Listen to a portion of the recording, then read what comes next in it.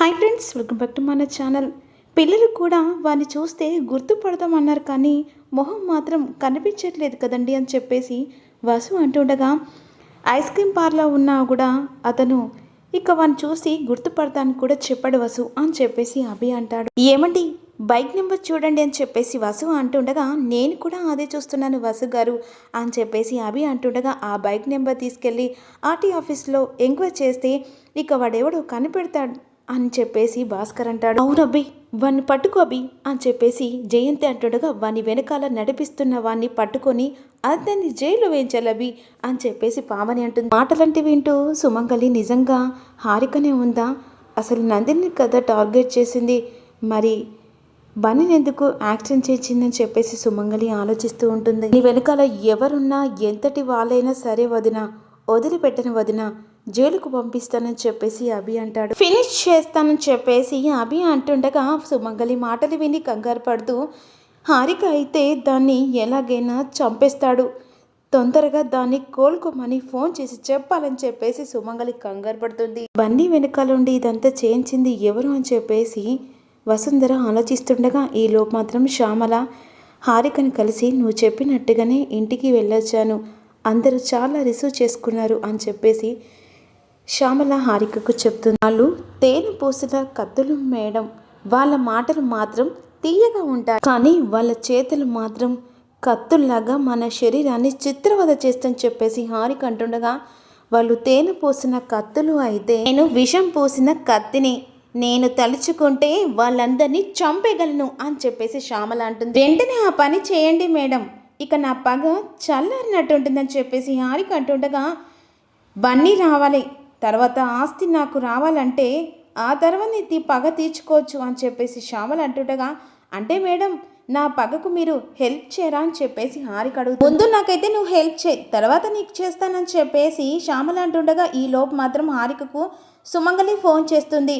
ఎవరు అని చెప్పేసి శ్యామల అడుగుతుండగా, మా ఆంటీ అని చెప్పేసి ఫోన్ లిఫ్ట్ చేస్తుంది. చెప్పండి ఆంటీ అని చెప్పేసి హారిక అంటుండగా, బన్నీ కానికి యాక్సిడెంట్ అయింది, అది నువ్వేమన్నా చేయించావని చెప్పేసి సుమంగలి అడుగుతుండగా కంగారు పడిపోతుంటుంది హారిక. హారిక తడబడుతూ, నేనెందుకు చేస్తానంటీ, అంటే బన్నీగాడు వసుకు దూరం అవుతాడని గుళ్ళో ఎవరో స్వామీజీ చెప్పారట, అంతేకాదు ఆ వ్యక్తి వల్ల ఎన్నో ప్రమాదాలు కూడా జరుగుతాయట, అది నువ్వేనని కంగారు పడి నీకు నేను ఫోన్ చేశానే అని చెప్పేసి సుమంగలి అంటుండగా, నేనెందుకు చేస్తానంటీ అని చెప్పేసి హారిక అంటుంది. నేనెందుకు చేస్తా అంటే నాకేం అవసరం, అంటే ఇంటి మీద నువ్వు పగపట్టావు కదే, దానివల్ల ఏమో అని నేను అనుకున్నాను. అసలు మీకెందుకు అంత డౌట్ వచ్చింది, మీకే వచ్చిందా ఇంట్లో వాళ్ళకు కూడా వచ్చిందా, ఇక అంత మట్టుకు రాలేదులే, కానీ అంతేకాదు అభిగాడు సీసీ ఫోటోస్ ద్వారా ఇక పట్టుకునడానికి ప్రయత్నం చేస్తున్నాడే అని చెప్పేసి మాట విన్న హారిక షాక్ అయిపోతుంది. అందులో బన్నీ కానీ ఇక బైక్ గుద్దిన నెంబరు కనిపించిందట, కాకపోతే వాని మొహం మాత్రం సరిగా కనిపించట్లేదట, వాళ్ళని యాక్సిడెంట్ చేయించారని వాడి వెనకాల ఎవ్వరు ఉన్నారని అందరూ అనుకుంటున్నారు, ఇక్కడ అయితే కాదు కదా అని చెప్పేసి సుమంగలి అంటుండగా, కాదండి కట్ చేస్తున్నాను, ఒక్క నిమిషం, నువ్వు ఏదైనా చేస్తే నాకు చెప్పి చేయవే, లేకపోతే ఇక్కడ నేను టెన్షన్తో చచ్చిపోతున్నానే అని చెప్పేసి సుమంగలి అంటుంది. సరే ఉంటానండి, కట్ చేస్తుంది.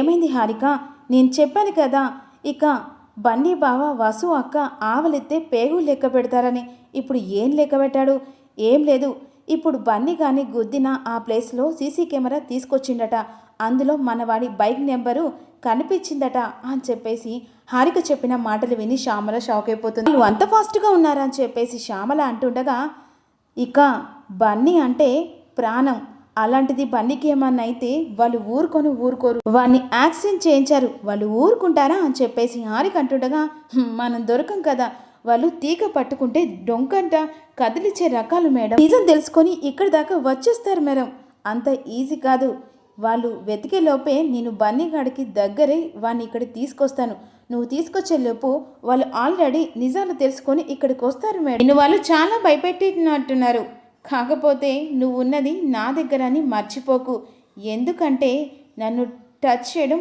ఎవరి సాధ్యం కాదు, ఇక్కడ శ్యామలదేవి అని చెప్పేసి అంటుంది. బన్నీ పడుకున్న తర్వాత ఎవరో వచ్చి బన్నీని నోరు మూసి కిడ్నాప్ చేసి ఎత్తుకెళ్ళేటప్పుడు మమ్మీ హెల్ప్ అని చెప్పేసి గట్టిగా అరుస్తున్న ఆ మాట కాస్త ఇక వసుకు కలలా వస్తుంది. వెంటనే బన్నీ అని చెప్పేసి ఒక్కసారిగా ఉలిక్కి పడుతుంది. బన్నీ బన్నీ అని చెప్పేసి అంటుండగా అదే సమయానికి అభి రూమ్లోకి వస్తాడు.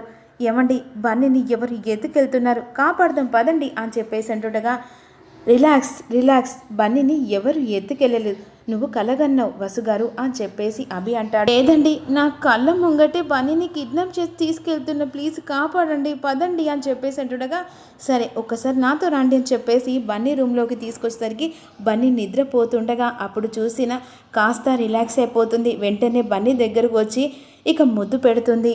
ప్రేమ అనేది, తల్లి ప్రేమ అనేది ఇక్కడే తెలిసిపోతుంది వసు.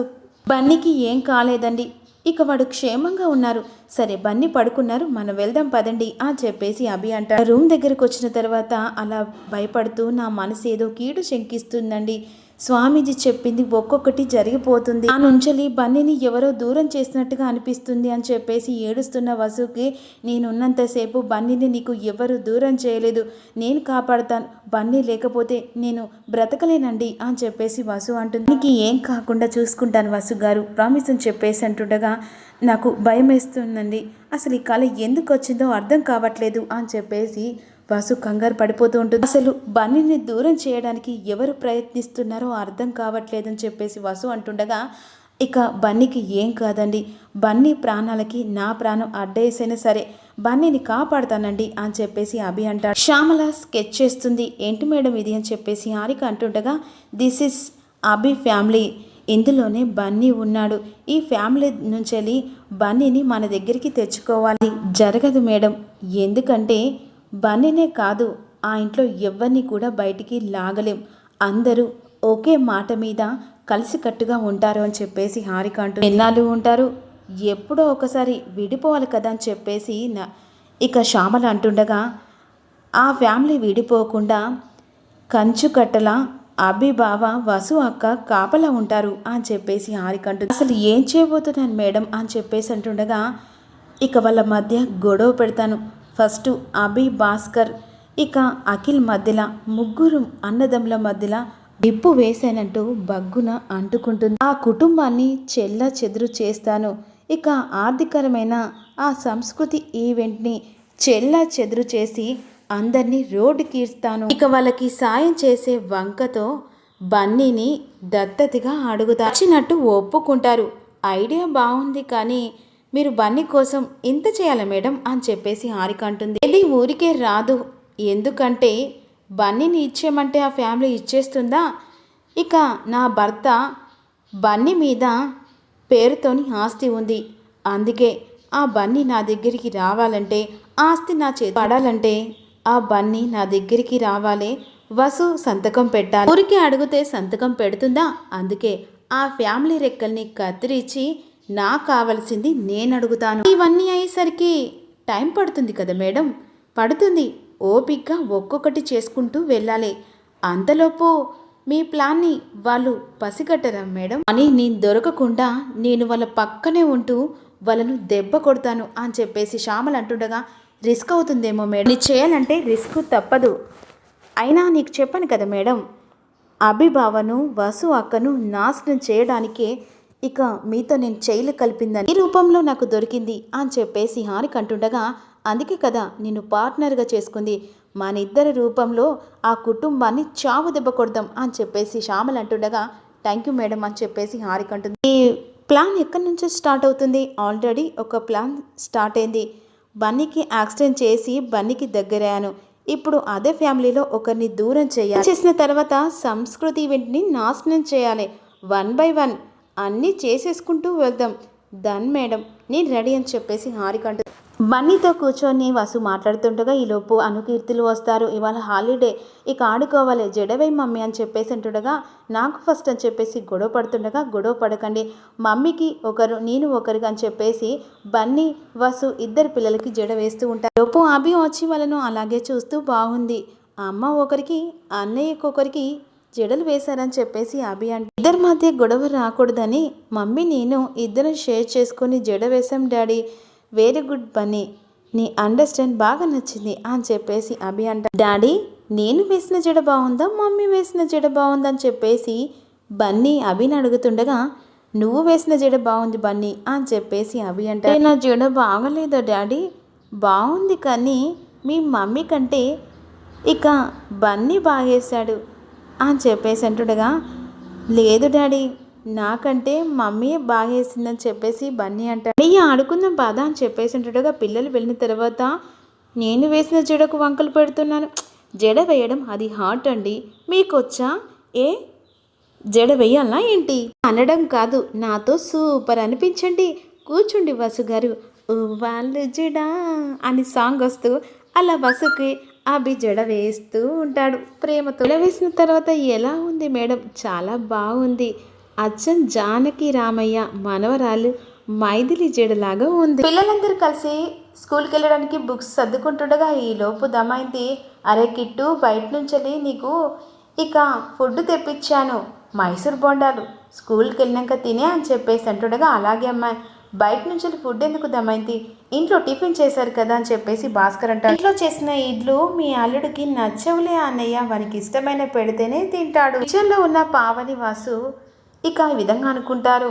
చూసా వాసు, పిల్లలందరినీ సమానంగా చూస్తావు కానీ తన కన్న కొడుకు మాత్రమే టిఫిన్ తీసుకొచ్చింది బయట నుంచి అని చెప్పేసి పావని అంటుండగా, పోన్లే అక్క కన్న కడుపు అలాంటిది అని చెప్పేసి వసు అంటుంది. ప్రేమ కాదు పక్షపాతం అంటారు, పక్షపాతం కూడా ఒక రకంగా ప్రేమ అక్క. మంచి మనసుకి అలా అనిపిస్తుంది కానీ ఆ దమైతే మాత్రం మిమ్మల్ని అర్థం చేసుకోదు. మన ఇంటి ఆడబిడ్డ కదా, తనని మనమే అర్థం చేసుకోవాలని చెప్పేసి వసు అంటుండే.